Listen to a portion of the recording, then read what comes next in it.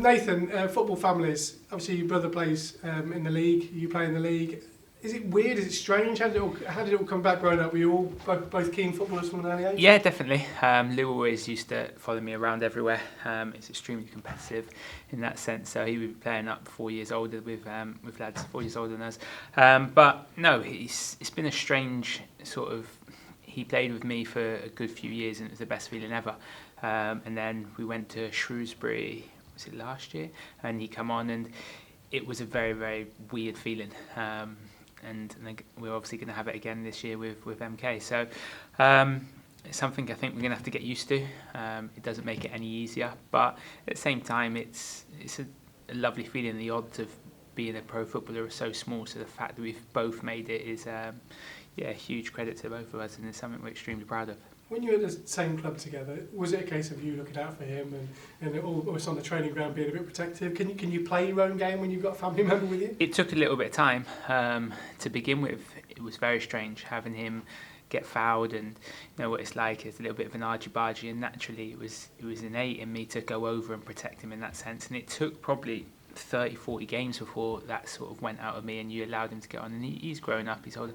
He's not 25 now, so he's big enough and ugly enough to look after himself and stuff like that. But as I say, to come up against him is a completely different experience. And when he was at Shrewsbury, he literally played man for man against me, and yeah, it wasn't the nicest of experiences, to say the least. What did he say to you when he came on? Because obviously, as you say, he came on as sub, didn't he? So it was almost like he came on to do a little bit of a job on you. Was it weird? It was, because he's a centre mid, so the fact he'd come out onto that, I think they were playing a diamond at the time, and he sort of played left of the diamond, and he was to stop me getting forward and stuff like that. And we've got very similar qualities in that we like to tackle, we like to sort of the defensive side of the game is probably our strongest point. So the fact that he was on that to try and negate what I was doing at the time was strange. And as I say, it's something that we're certainly going to have to get used to, because there's a minimum going to be another 2 times this season. So we'll see how it goes. Did he actually say anything? Sorry. It makes it interesting, because I would have thought that if you would have wind someone up as a brother, could you say something that might have happened 15 years ago? No, he didn't, to be fair. He was quite quiet, and he didn't really say anything at all. I think at the time he was sort of battling to get in the team, and he just wanted to impress, and it's a case of getting his head down and showing what he was capable of. He didn't really have to. If he was probably more established, there may have been that banter, and if he had started the game as well. But he was trying to get into the game at that point, coming off as a sub, and no, he didn't really have too much to say. Do you look for his result when you finish? Is that the first thing you look for? Of course, yeah, just to make sure. I think it's now so ingrained in me. He's had such a bad run of injuries that the first thing I do is check the team lineup, make sure that he's played the 90 minutes. If he's come off, why has he come off? And it's a horrible feeling, and I know my mum really struggles with it in particular as well, because listen, you'll come on the phone to him and it's the first question: how are you? Did you get through the game?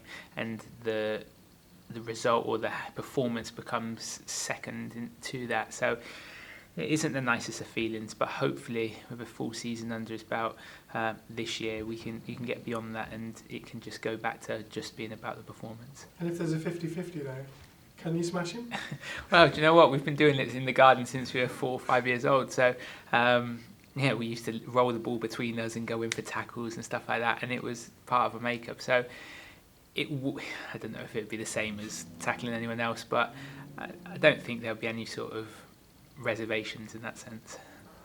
Well, Nathan, we talked in the first part about coming up against your brother, and obviously it's going to happen this season with hopefully 2 games when you're both involved. In terms of growing up together, you said that obviously he sort of followed you around and wanted to sort of not be Nathan Thompson, but he wanted to follow in your footsteps football-wise.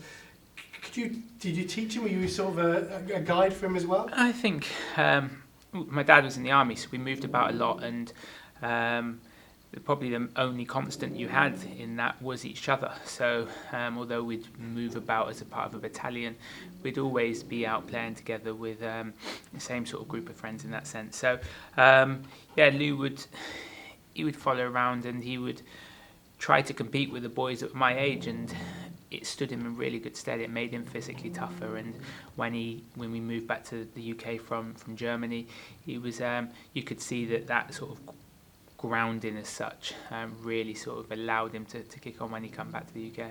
Who's better then, you or him? you know what? He's played in the Championship. I haven't, so I'll give him that. But at the same time, I've played more games, so it's a tricky one to say. Listen, we're very similar in terms of our skill sets, but he's always been a centre midfielder, and when given the opportunity, when he's had the run of games and that, I think he's very, very capable of playing at a very high level. So I probably won't be drawn in to say who is on the exact day, but he's done very, very well. You mentioned your dad was in the army. Is that where you think you get your discipline from? Quite possibly. I think it was ingrained in us. The level of sort of determination, the fighting sort of spirit that you have to have, and it stood us both in very good stead in that sense. It's always a will to win, and maybe that it's ingrained from both our parents, really.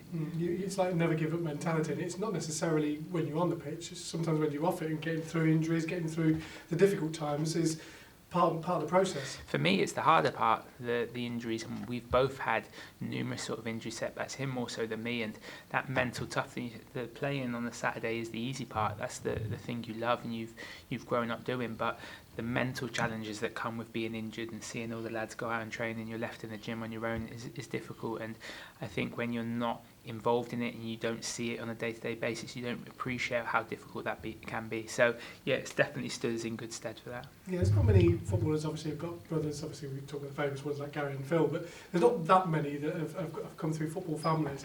Do you think that that creates an even closer bond between the two of you? Quite possibly.